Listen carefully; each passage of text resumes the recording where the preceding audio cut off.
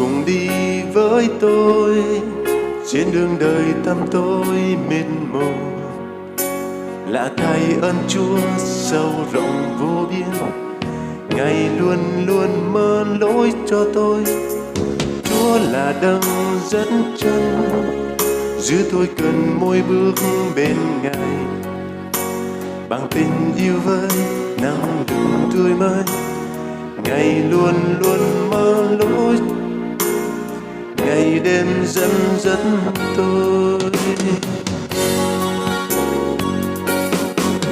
Nơi trong gai khô khan, Ngài dẫn bước tôi luôn thay than.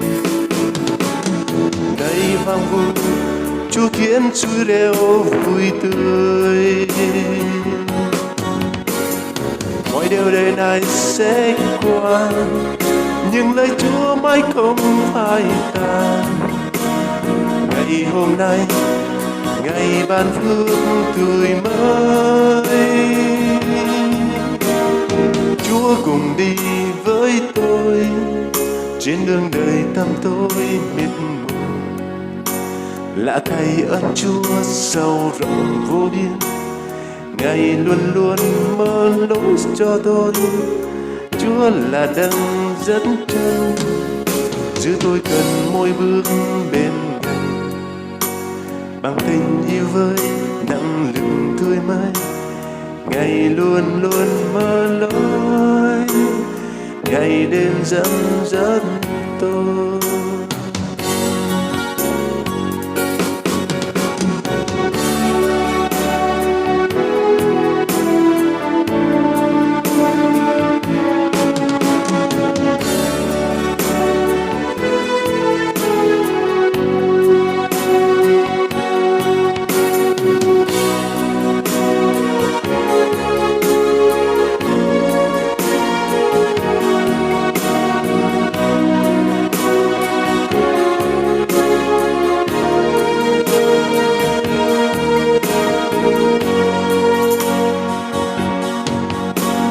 Chúa cùng đi với tôi trên đường đời tăm tối mịt mù.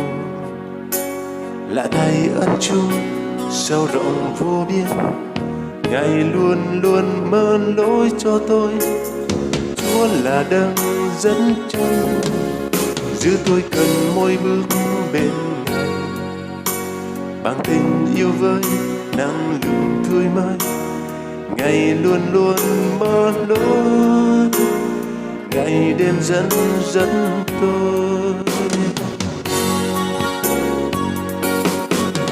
Nơi trong gai khô khan, Ngài dẫn bước tôi luôn thay than. Cây vang vu, Chúa khiến chuối reo vui tươi.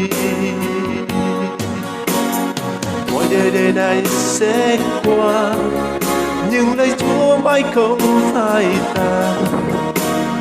Ngày hôm nay, ngày ban hương tươi mới, Chúa cùng đi với tôi trên đường đời tăm tối mịt mù. Lạ thay ơn Chúa sâu rộng vô biên, Ngài luôn luôn mở lối. Chúa là đấng dẫn chân, giữ tôi cần mỗi bước bên Ngài. Bằng tình yêu với năng lượng tươi mới, Ngài luôn luôn mở lối, Ngài dẫn dắt bước